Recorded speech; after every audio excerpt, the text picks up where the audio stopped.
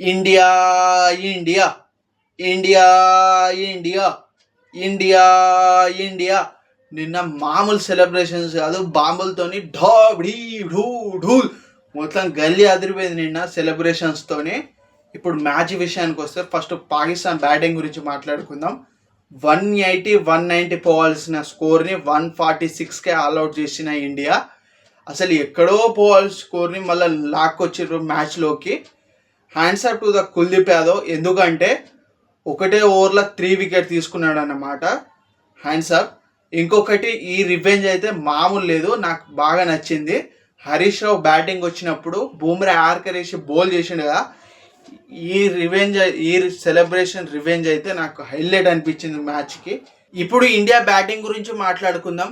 నేనేమనుకున్నా అంటే 15 to 16 overs మధ్యనే అయిపోతాయి అనుకున్న మ్యాచ్. కానీ ఎర్లీగా 3 వికెట్స్ పడ్డాయి కదా.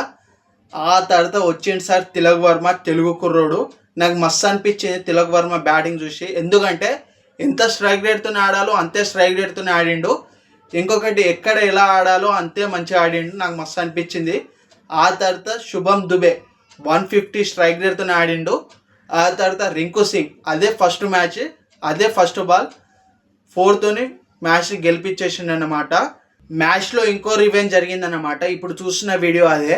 పాకిస్తాన్ బౌలర్ అబ్రార్ ఉన్నాడు కదా, సంజు శాంసన్ వికెట్ తీసిన తర్వాత సెలబ్రేషన్ చేసుకున్నాడు కదా, అప్పుడు ఇండియా మ్యాచ్ అయిపోయిన తర్వాత ఈ రివెంజ్ని తిరిగి ఇచ్చేసింది అనమాట. ఫైనల్గా ఏషియా కప్ 2025ని విన్ అయింది ఇండియానే.